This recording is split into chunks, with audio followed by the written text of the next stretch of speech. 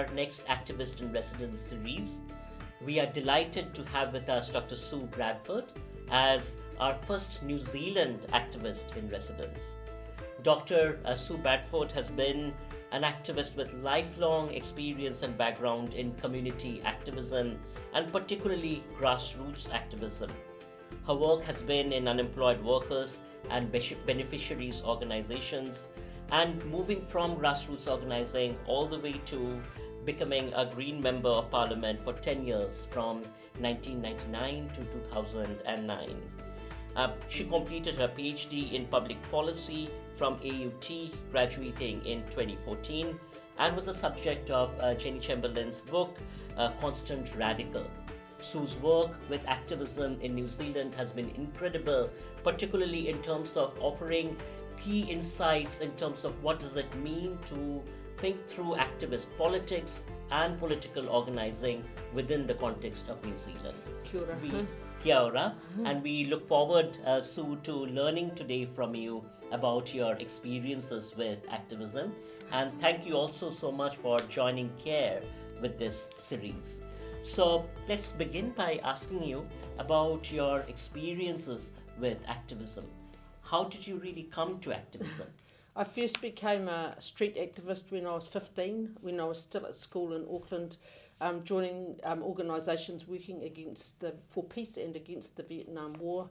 And then from there I became involved in other groups like what we used to call women's liberation, gay liberation, and then later on mobilising in the struggle against apartheid South Africa.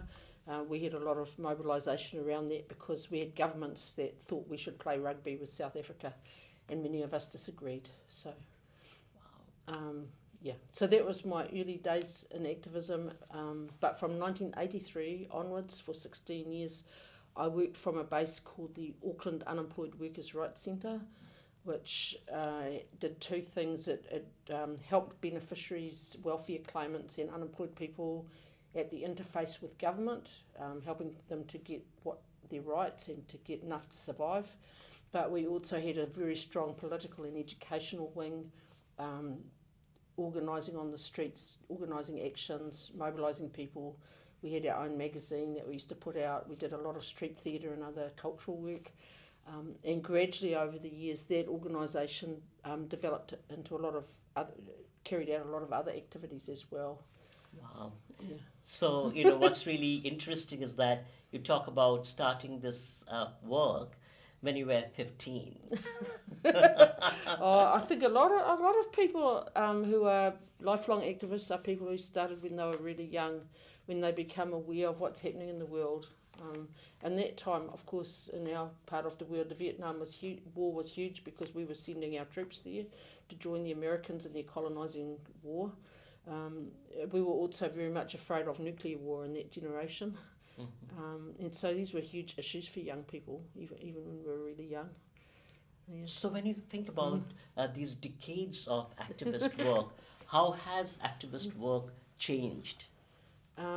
In recent times, in the 1980s and 1990s in this country were very vibrant. We had many people's organisations on the grounds in many different sectors. Unions were pretty active. We had many young student and other young people's organisations. Quite a lot of cultural work, political cultural work was happening. We had quite strong input from church-based, faith-based people working from a liberation theology-based. A lot of groups, for example, in my area of unemployed and beneficiaries, we had 31 groups around the country that were politically active and helping people at grassroots. Now there are virtually no groups like that left at all, and there haven't been since around for a long time now. There's a big gap, which happened for a number of reasons, but one of the main things here is that our community sector, our community-based organisations became over decades what I would call colonised, so that as part of the neoliberal capitalist agenda of taking on contract funding to do services, the groups go where the funding is, and in the end they forget their key purpose and often just become what I call the little fingers of the state. Groups that are providing often really good services in health or education, welfare and so on, but they have lost the ability and the will to advocate or act or mobilise on the streets or play that educational role that so many organisations used to. So we've lost a lot, and we've had law changes that have helped that process, like many other countries around the world, so that our community sector has been, which was once so strong in advocating for the disenfranchised, for people with different issues, it's much weaker now. It's still there, but it's much weaker, which I think that's one of the main differences. Thank you so much for this. And as you rightly point out, this seems like a global phenomenon, the neoliberal transformation of community organizing. That's right. Yeah. It's been a very deliberate agenda that has been enacted very carefully, starting from Europe and America, but reaching out to countries like ours. So I guess, one question within that context is, if you are a community organization, how do you sustain yourself economically in this environment and yet maintain a transformative agenda? This is always the critical question for the sort of groups that I've been part of. The only way is to hold true to what, using the language of the indigenous people here, Māori, which we often use because we are a country of more than one people, and we're standing on Māori land here. We call it kaupapa, or core purpose, or the beating heart of an organisation. If we forget what our kaupapa or core purpose is, and we get sucked in by money or by promises, or become afraid of potential legal consequences or any of those sort of things, the organisation can still survive but lose its purpose or just go under. So holding on to what we believe and refreshing that, constantly going through processes of at least once a year action reflection, like thinking where are we at, what is our situation, using analysis to keep us on track, inside an environment where it's very, very hard for us to get money and other resources. In New Zealand we have a particularly difficult situation compared to many other countries. In places like America and Europe, there's actually quite a lot of funding, for example in the EU or in America through philanthropic sources. There's quite a lot of progressive funding available to poor people's organisations and some, and other places where people are working for change.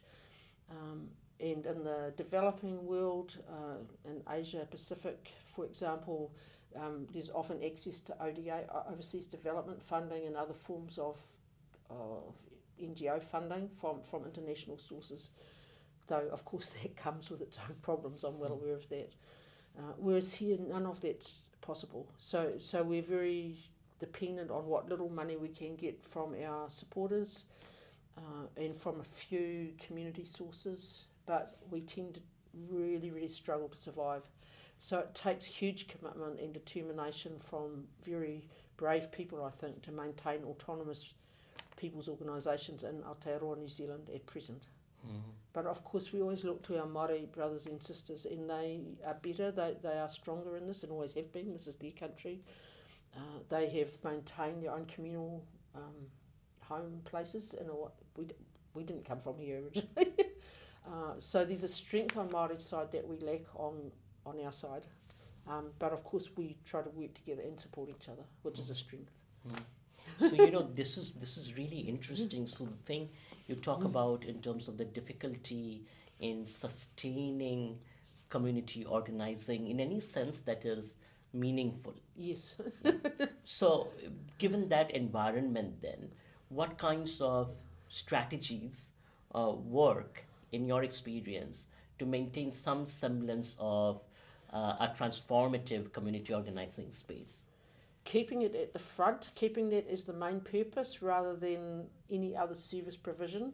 Often our organisations, of course, are providing direct services or working with people in some way that isn't overtly political. As for example, in the unemployed groups, we are providing help with people at their interactions with government and in housing, and so it's a direct assistance. The trick is not letting that become the only thing, that we maintain the fact that these organisations are actually seeking a better future and a transformation of this political and economic and social structures of Aotearoa, New Zealand. Keeping that to the fore, constantly researching and understanding our environment, so understanding what is truly going on, not getting lost inside what's happening. So if the government is attacking or if there's legislative change, paying attention, looking at where are the best places to work, where is the most useful, because with so few resources, constantly having to reprioritise or think, are we doing the right thing with what the people we have? Of course, how we work with each other, I think, is one of the biggest things we've learnt, for those of us who've been around a while now, that human relationships are at the heart of these very poor organisations, that without having good relationships with each other and maintaining that, even when it's not that we don't argue or have fights, but that we bring in new people carefully, we think about with whom we work. In some of our groups, we have a policy of we choose with whom we work, so that we're not open to takeover or to being undermined by people. But that doesn't mean we love to have new people join us, but we're careful about it, because as anyone I think will know, it's often very hard in these organisations, and there can be political factionalisation or faith-based factionalisation and other issues. So trying to keep that together in the end comes down to, I think, having respect for each other, whatever our background, whatever our colour, whatever our faith, having respect and trust in each other and building a base that holds that. And that's one of the biggest things. This is really so powerful, because what you're drawing attention to is the way in which, even in resource poor settings, relationships can be vital to transforming the overarching structures. That's right. So I want to go back to your work with the Unemployed Workers Association, because that, to me, in many ways, sounds like a beautiful ethos where a community of the poor, the dispossessed, take ownership of the decision-making structures and resources. So could you talk a little bit more about that? Yeah, I mean, the group was set up by a public meeting, and all the people that became, of over 100 people in Auckland, and all the people that became involved, we all came from unemployed families or were on a benefit, like single parent or young unemployed people, different people, but we all came from that background and knew what the truth of what the situation is. And from that base, we built. And we brought in people with education and people with skills. But a lot of the time it's voluntary, so people have to choose to work with us. And over the years, the power of it was we developed a series of organisations off that same principle of autonomy. We developed something called the People Centres. We had 3 people centres across Auckland. 2 of them were in two of the poorest areas of our city, where we offered totally free medical services, doctors and nurses, which we always had pride. We wanted to say, we offer you the best medical service, the same as if you came to in the rich part of the city. We wish to offer you the same quality of medical care. The first question our people asked then, why can't we go to the dentist? Because dentists cost so much money in this country. Poor people can't afford it now either. And so how do we do dentistry? Very expensive. We're not dentists, we're not doctors. So we found dentists to start with who were willing to volunteer and help us set up a dental practice. After that, we had to charge, but we charged at the lowest possible rate. And so we had medical, dental, we had a hairdresser that was free, because often when people feel bad, they don't like how they look. So we offered free haircuts, in employment, small business, education, counselling, Christian chaplains, a whole range of things across the city. And in return, there was a return. It wasn't for nothing, because for one family it would cost $10 a month. Which in New Zealand is not too much. So it's not a lot of money. And in return for that, they get access to these services, and they also have the right to vote at the AGM, at the general meeting, which chooses the board which governs the People Centre. So the people themselves vote for the board that runs it. And we also, the Unemployed Workers' Rights Centre also kept working alongside, so that we would be doing education and conscientisation work. We sent out our magazine to all the people, to all the thousands of people. In those days there was no internet to do that, it was all by hand. A printed magazine to everybody, and invite people to education workshops, to cultural work, theatre, drama, art, inviting people to share their opinions, to come on our demonstrations, join our actions, explain why we supported this policy, what our options and solutions were. So the whole political agenda was maintained as well. Wow. So that was what we did in the 90s. Wow. So you talked quite a bit about the service dimension of the organizing. What about the political dimension of the organizing? Could you speak to that a little bit? Well, we saw and provide that with a trade union. Many of us came from quite a union background. We felt that if you're working with people and asking them to join with you and struggle, if you're not meeting the most basic needs with a union, it's helping the workers in the workplace with their wages and conditions and what's going on. So if the union isn't helping them in the workplace, what right does that union have to politically speak out with and for the workers? Well, with the unemployed and beneficiary groups, we felt the same. If we weren't providing something real for the people that we work with, for people like us, if it wasn't real, then really we were just arrogant to go out on the street or speak in the media or write a leaflet or whatever, if we weren't actually providing something. So from the beginning it was that advocacy service, individual advocacy, but and then of course it grew and grew because actually our country was going through very difficult times at that time, and more people were out of work and many people couldn't afford to have medical care. Many mothers were going hungry so their children could eat. And we knew that, and so we felt either we've got to do more. This is what triggered the people centres. We thought either we have to try and meet more of their needs, or we should shut up and go home.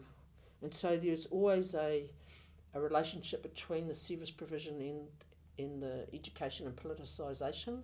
And so with the people, then we would work, as I said, through education, workshops, invitation, to involve people so that they became part of our political organising. And of course some people do, many don't, but some people do. Yeah. So can you give some examples of the political advocacy work, particularly in terms of specific policies maybe? Well, we always, of course, were very keen to put up solutions to unemployment, of how we believed we should have full job creation, like that the government should support people into work much more than they do and did. Support for community initiatives on the grassroots for creating our own jobs, as we did. We created up to 50 jobs starting with nothing in that project. We ourselves were creating jobs. We supported unemployed people to set up their own businesses and cooperatives, but it's very hard to do in this country. So try and practice and in recommendations, looking at solutions to employment and also to solutions to our very unfortunate welfare system. We know we're lucky here that we have some welfare, but there are a lot of problems as well, and a lot of people don't get anything. So we were always offering solutions in that area, but we also took it out more broadly, because once you start talking about jobs and income, you're talking about economics. Once you're talking about economics, you have to talk about global economics. And of course, we were environmentally aware, and so in the end you're talking about ecology and the future of the planet. So it all becomes about women's freedom and children, what is happening for women and children, for families. So in the end you're touching on everything, and it's not just one thing. So that's really beautiful how the work in this sense connects so many issues and brings them together, right? We were talking about the protests in the context of the Asian Development Bank. That's also quite global and outward looking. So how do you go from very localized struggles to engaging with these kinds of global issues that have ramifications for the poor across various spaces geographically? And around 1990, through union friends, we became aware of something called the People's Plan for the 21st Century that was having meetings up in Asia, and that was our first contact with the outside world, really. And that was called PP21. Now it's historical, but through that awareness and direct connection and the ability to connect with people's organisations and workers' cooperatives and others working up in Asia, we were very inspired. And in 1993, we heard the Asian Development Bank meeting for the whole region was coming to Auckland, and our country, of course, is part of it. And we started to look at it and understand what the ADB was doing in Asia, and the terrible things that were happening, the financing and the destruction, ecological end of humans. And so we formed a coalition with other social and ecological organisations in Auckland to stand in solidarity for all the people in being affected. And that was the first time we openly went out and said we've actually, even though it felt quite strange, we're just a local unemployed workers group, but it is our job to stand in solidarity with the fisher people of the Philippines or the farmers of India or whoever, all the different, the slum dwellers of Bangkok, all the people across Asia Pacific. It's our job. We're just us, but it's our struggle too. And so we stood and fought for 3 days, and a lot of us were arrested and beaten up, as you are. And then again we did it later that year for CHOGM, which is the Commonwealth Heads of Government meeting, where Ken Sarawira came, and the struggle of the people in the Niger Delta was very prominent, but the current struggles then we also mobilised for 3 days around CHOGM and so on. So that was the start of us mobilising in solidarity across the water. So do you think these kinds of solidarities work? And if so, how? I think they do work. I guess the first big action here was the major mobilisation in 1981 against the tour of apartheid South Africa, rugby tour here. For 3 months we fought on the streets. There was huge mobilisation. It was almost came to civil war. Would you think crazy? Why is the whole country up in arms over playing sport with South Africa? But it was such a serious issue. And then we heard from South Africa, the people in South Africa are watching what you're doing, and they are so touched that this little country across the world is fight. From then on, we know that actually, even though we think we're not doing much, it's all we can do what we can.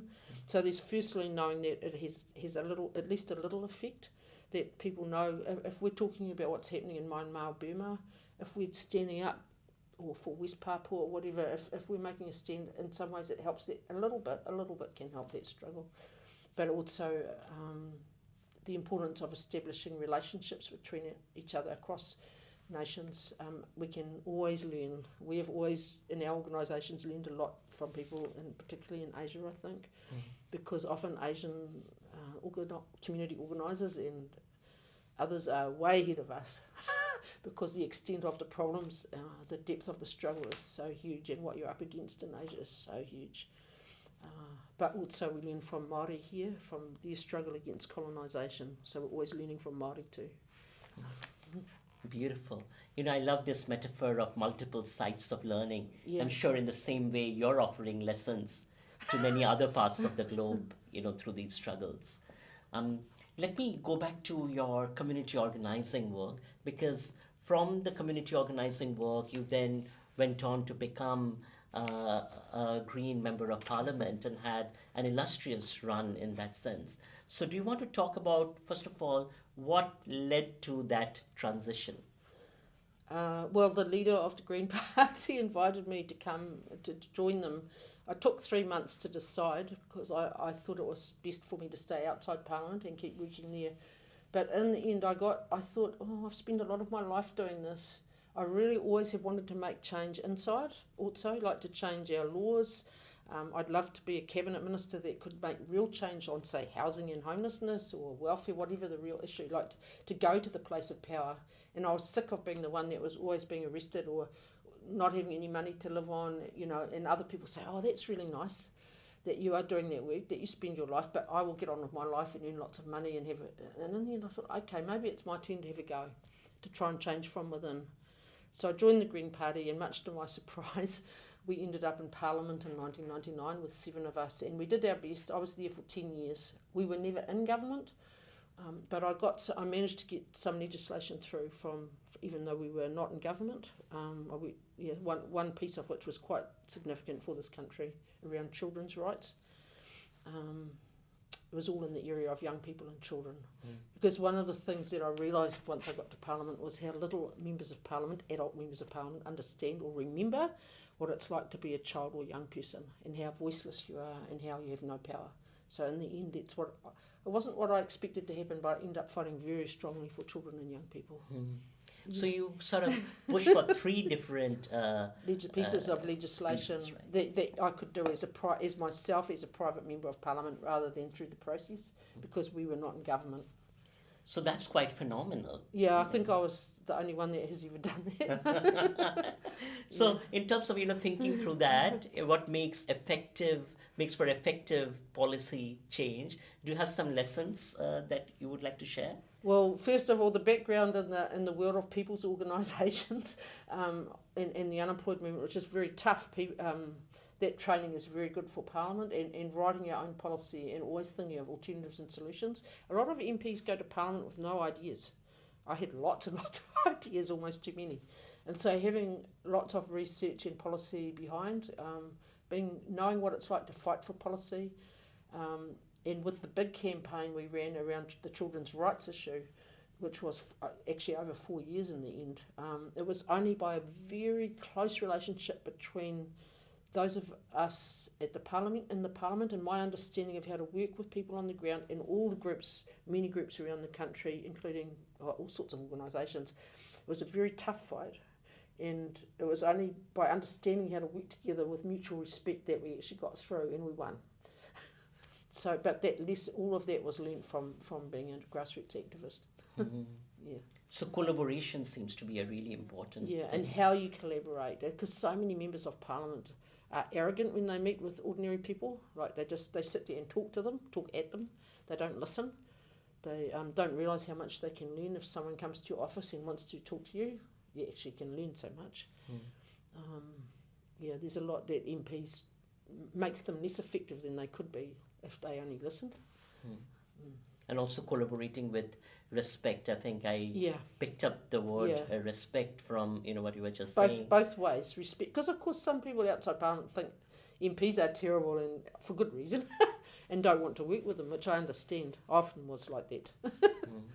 But no, if there's mutual respect and understanding, then we can achieve a lot more, which is always about identifying and analysing who are our friends, our allies and our enemies, and doing that in relation to all work. So this is really interesting, Sue, because you have had experience working for change from outside and then working for change from inside. Now let's look at some of the key global issues today that affect communities globally and of course in New Zealand. Let's take, say, inequality as one example. And it's such a tough issue because on one hand, there are those that hold the power to decision making. And then on the other hand, you have large numbers of people that have been impoverished, that have little access to platforms for making change. So if you were to take these lessons from working outside and inside and connect that to the issue of inequality, do you have some ideas or some possible ways in which one might think about going about changing the landscape around inequality? Oh, nothing that people throughout the world aren't already doing. It's building trade unions, genuine trade unions that are working with and for workers. Our true trade union movement here is very, very weak, which makes it very hard here. But in some ways here, because our community sector, community organisations are so weak from colonisation, our unions have been dismembered by legislation, anti-union legislation and other things. In our private sector workforce, only 8% of the workers are in unions, which is tiny. And so there's a massive job there to be done. So building unions again is really important here, especially among low-income workers and precarious workers, migrant workers, huge problems, and exploitation and down to the level of slavery, even here in this country. So there's a lot of work at that level of protecting jobs and incomes. And the unions in some ways are our last bastion of defence. That's all we've got left, actually, what's left of unions. Alongside that, in every place, of course, we need to build community-based organisations and movements that are genuinely working with and for people for change in whatever sector, and building those international organisations where we can. And then beyond that, of course, reaching out to our friends and sisters and brothers in other parts of the world to share and strengthen each other. There's the place that care comes from, and I'm only just learning about care with thanks, Mohan, for inviting me to be an activist in residence. It's a real honour, and I'm learning so much already. Thank you. That academic activist collaborations can be incredibly useful, and I've been part of some experiments and activity in that area for some years here. but it's very difficult here, and so I'm very pleased that CARE has come, because I'm hoping that it will lift our ability to do that work, because that's another way that can strengthen our fight. But I guess overarching, it's about us doing everything we can to help educate and conscientise people to understand the structures that we're up against, that it is neoliberal capitalism, it is the international institutions of capital, like the ADB and many others, and that we need to work now for change in all the ways we can, from very small ways to big ways, but with a transformative vision in mind, and that we have to hold that vision while working for change now, and working in as participatory a way as we can. And I know that, I think everyone that would see this would know this like backwards, but these are old truths. But they remain true no matter how bad things are. Otherwise, we are facing the biggest crises ever in terms of what's happening with climate change and resource depletion, the biggest crises ever in terms of inequalities, not only within countries but between countries. The effects of climate change are going to be incredible, including here in the Pacific. So in facing these crises, it's really on us to do everything we can to bring new people in, to build new organisations, to strengthen existing organisations, and to strengthen our collaborations and communications with each other. You know, this is so beautiful, and I love the segue into academia, so I want to go there, but I also want to come back to some of the lessons for organising that you offer. So let's go to the academia question. From Parliament and grassroots organising, you decided to then go and get your PhD and sort of entered into the deep structures of academia. Getting a PhD is part of, embedding in that deep structure. So would you first talk about what led you to make that move, and then what was that experience like? When I left Parliament in 2009, I was very depressed and shattered, because really I left because I lost a leadership contest, and I also at the same time could see the party, as a result of seeing how that played out, that the party was going to the right or in a more conservative direction than I believed. So I felt the party had shifted under me. So it's very hard to leave Parliament. I wasn't voted out. I just left because I couldn't, because of the party situation. And doing that's very difficult, because you go from having good resource base for the first time in my life, a good income and all that, the power, all the stuff that comes with being an MP, and going out. So it was quite a difficult time, and I thought, what is the most useful thing I could do now? And I talked to a friend, Marilyn Waring, who's a university professor here, who used to be a Conservative Party MP here. And I talked to her, and she said, come and do a PhD with me. It's probably reflecting and thinking about the experiences I've been through and trying to learn some new things and offer that in a way that was useful for the struggle. I thought, okay. And so I entered the PhD process. Not, of course, PhD students really understand what you're getting yourself into, and I certainly didn't. But it was amazing, and I learned heaps, and I hope my thesis has been helpful and will be helpful. And because what I did was really looking closely at the reality of the state of our, what I would call left world at the time that I was interviewing people. I interviewed 51 people from the activist and academic left. Just what is going on here, and what do we need to do about it? So that's incredibly powerful, because I've read your dissertation, and sort of the promise it offers in terms of what a left think tank would look like, that then you go on to build in your subsequent work. So really taking the findings of your dissertation and trying to put that into work. So can you talk a little bit about that in terms of, first exploring a topic, identifying the gap, and then using that as a basis to actually formulate a think tank? Yeah, well, in doing my research work, I used a methodology called political activist ethnography, which I love the ethnographic principle, where you can stand back even from your own world and find a way to observe it and understand it really closely.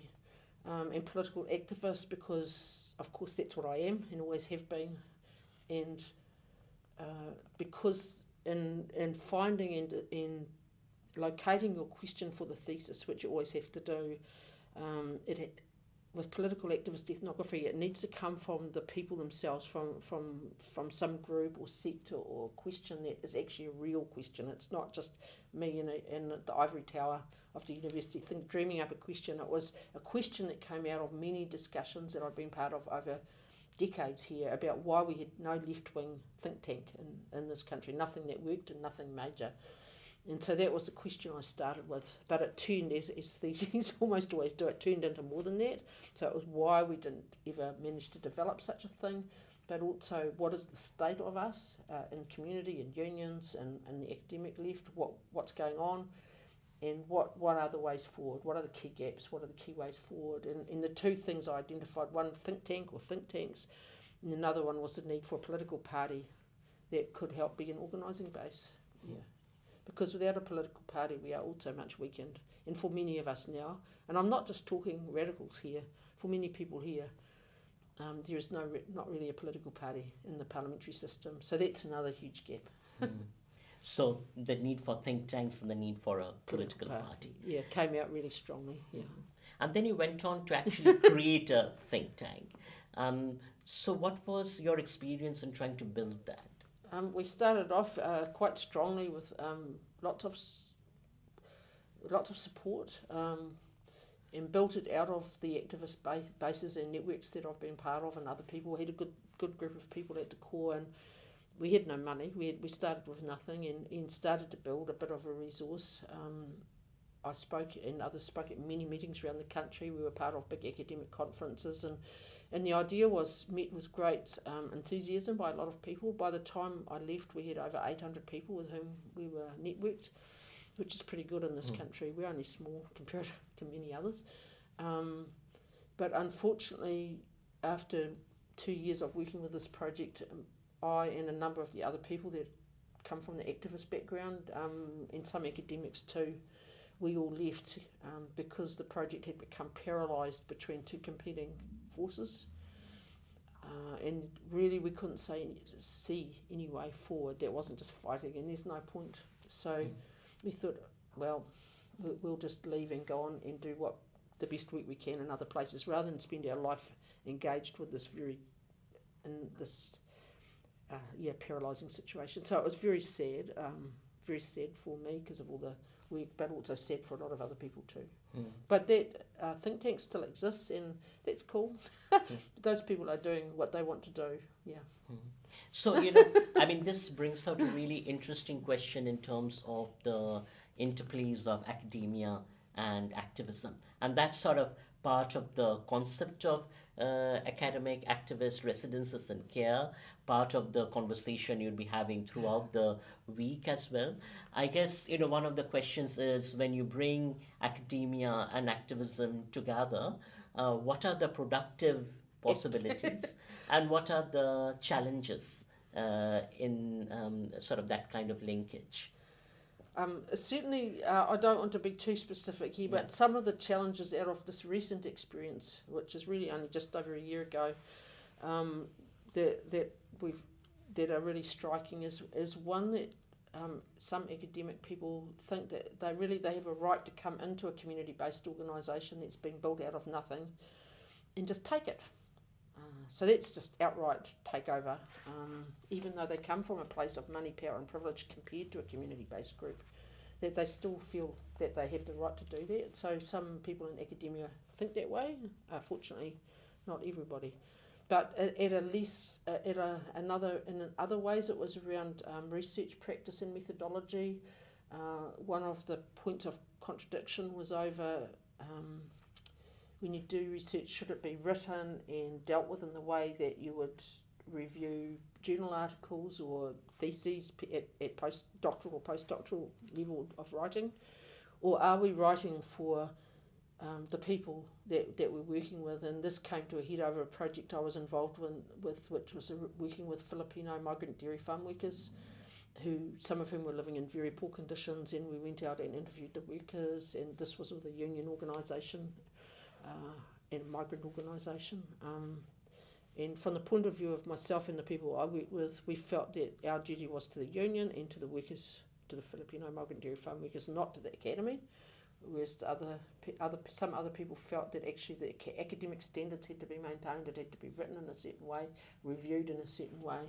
And so conflict over methodology and writing and communication was another level. Another one was about relationships. As I was talking about before, for us, the only way you can build organisations when you have little resource is through good relationship, clear kaupapa, clear purpose, and that failed. So a lot of things failed. And it was. I mean, I think it was probably terrible for those people as well. I don't think most of them understood what was happening. So, I mean, this is quite poignant in a sense that when I reflect on sort of my own journeys and negotiations and collaborations from community organizing work to collaborating with activists, think that one of the transformations that has happened in academia as well is the neoliberal transformation of academia.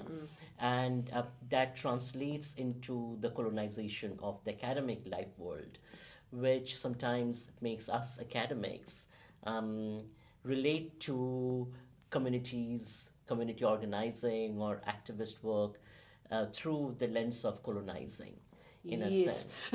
Yeah. So, I mean, I have written about, for instance, the idea of the chic radical, where radicalism becomes an academic performance to forward one's career, but devoid of connections with real struggles of real people. This is evident in our country as well. It can happen. Yeah, the performance of activism and the glory, it's sort of a glamorous activism that's not necessarily connected to grassroots or to union or worker struggles at all.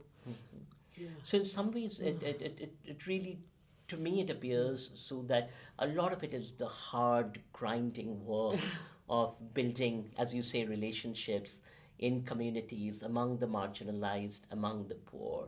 So I would love to hear you talk a little bit about sort of the labor of the organizing, the working with the migrant farm workers, for instance, listening to their voices, vis-a-vis the glamour of appearing radical in particular circuits where it is very appealing and it draws money by appealing like that.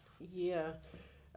I have to admit that in Aotearoa, New Zealand, the model of community organising that's used in Asia, a lot, we are not quite, we tend mostly not to work in that very close household to household, person to person way, because we've never been, it's not, we've often had dialogues with friends from Asia, but we haven't had ever, in all groups I've been part of, had the number of people and resources to be able to do that close in organising. So when I talk about that, I don't want to give the impression we are able to do what I would think of Filipino or Indian or Bangladeshi or wherever, that level of organising, which I totally admire, but we have never found our way to be able to do it.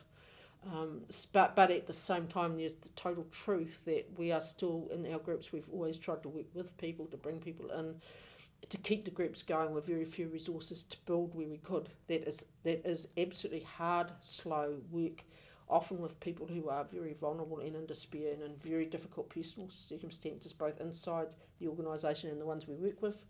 So that brings, as everyone knows, that brings its own problems, and just the patience and commitment and tenacity you need to keep going. You have to provide a life in the organisation that is joyous. You have to have celebration. You have to have, I think, however we speak about it, some form of spirituality or faith, even when we have different backgrounds in that regard. Like there has to be, to me, they've only really worked where we found that with each other, even if it's not expressed through some overt religious form, but through song or drama or art or other ways of, but openly.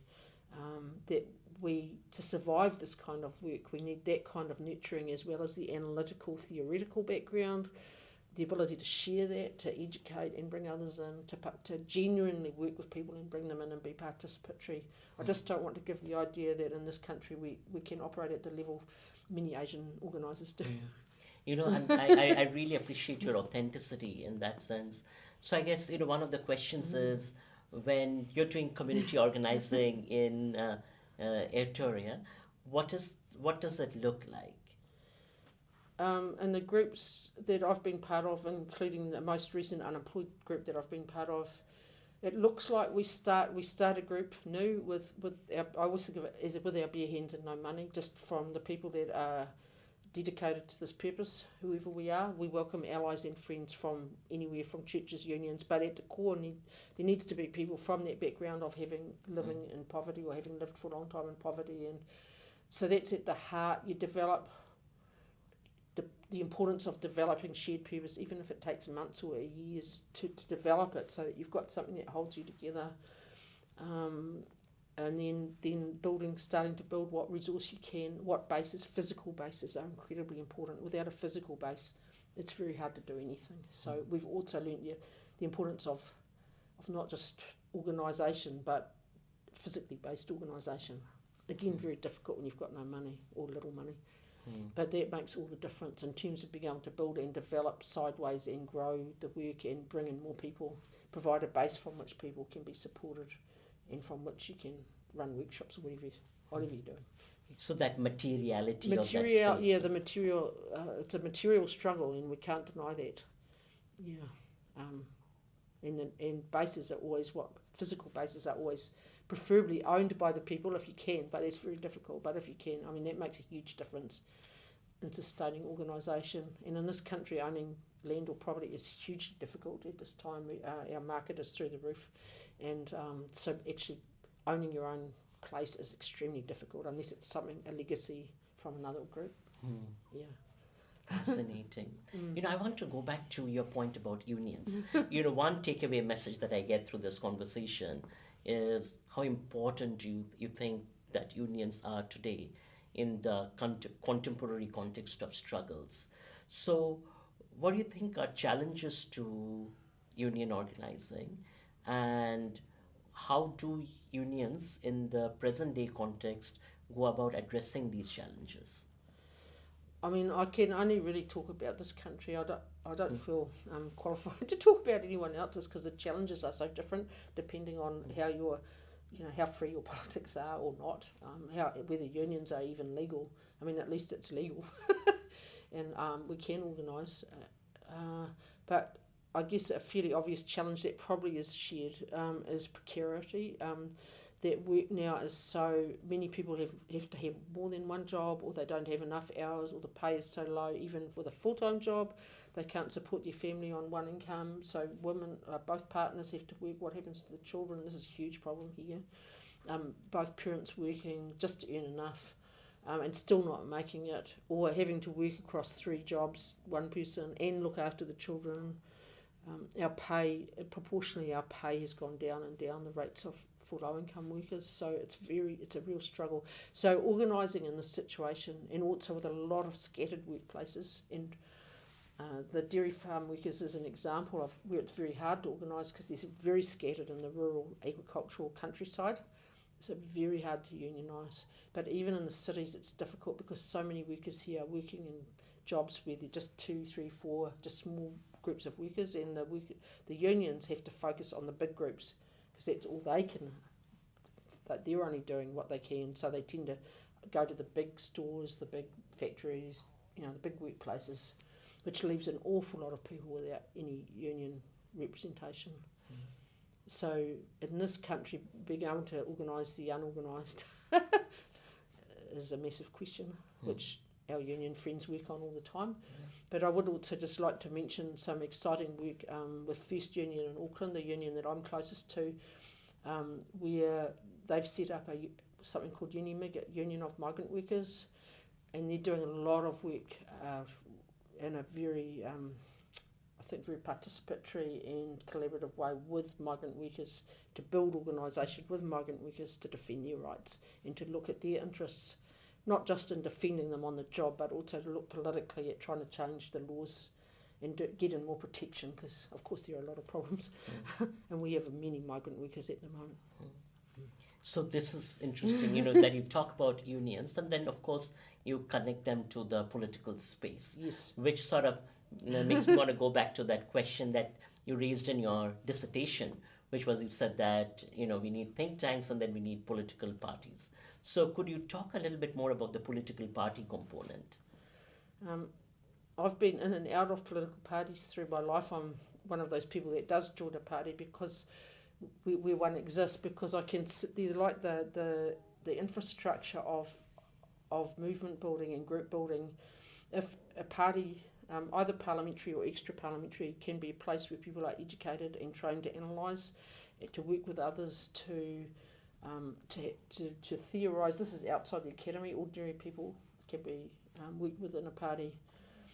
It's a place where all struggles can be brought together, and from where people can go out and work in different sectors, as happens throughout Asia. But here we don't have any linking party like that. We have nothing that these days. We have had little parties like that in the past, but we have nothing like that. And it's so important that there's a connection between, with a parliamentary party, that there's really strong connections between the party and groups outside, and that there are groups outside who are often more radical that can push parliamentary parties on whatever the issue is and try and keep them honest. So the lack of strength outside, the lack of party inside, is another part of the weakening. Mm. So, I mean, in your dissertation, just like with the think tank, you sort of came up with the idea of building a think tank.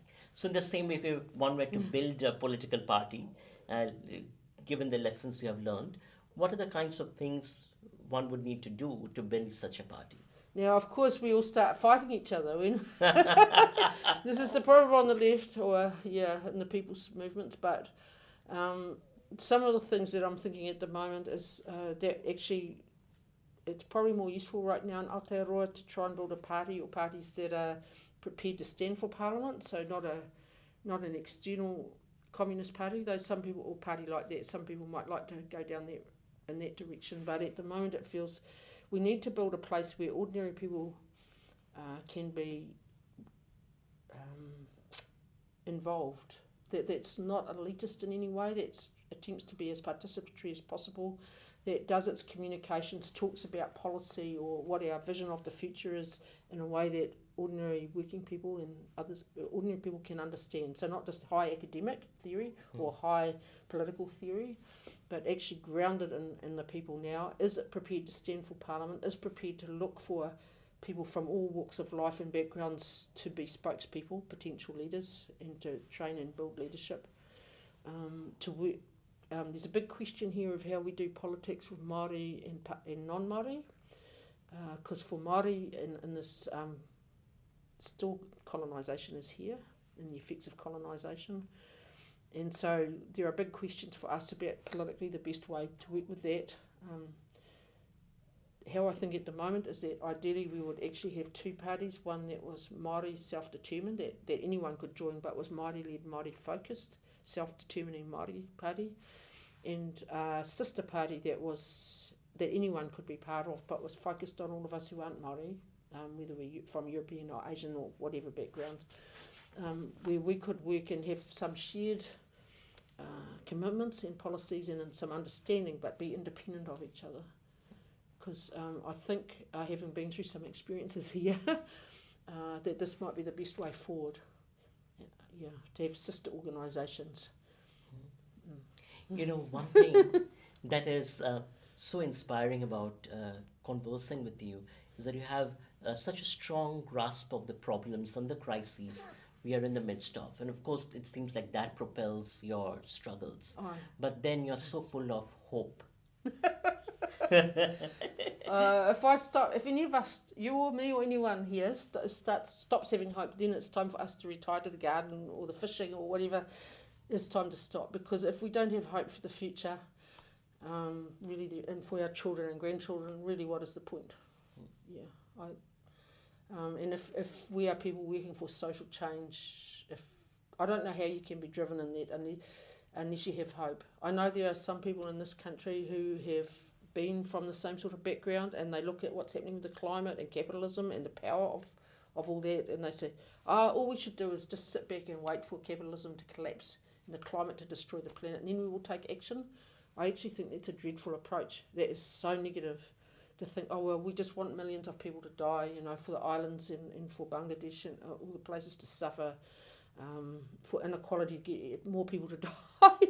Like, is that the way we really want to treat each other? Like, that is not about social justice. So it's on us to act, even though it's a tough a very tough time that we're in across the planet, across the world. It's tough,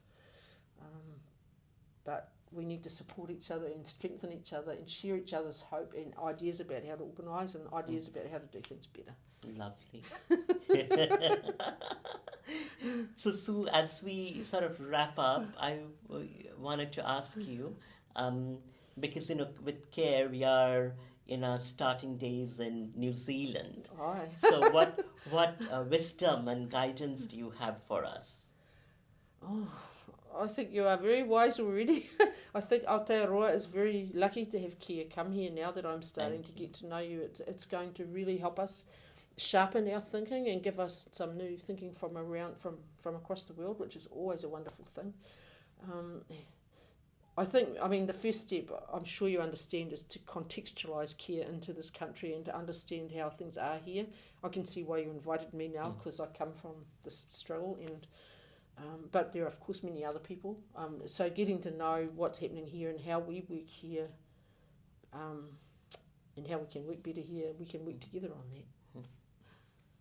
Thank you so much, Sue, for giving us the time and the energy and sharing your insights on the stories of your struggles. It's really incredible to listen to these stories. Oh, thank you, Mohan. But I feel very privileged to be here too. Thank you. Thank you.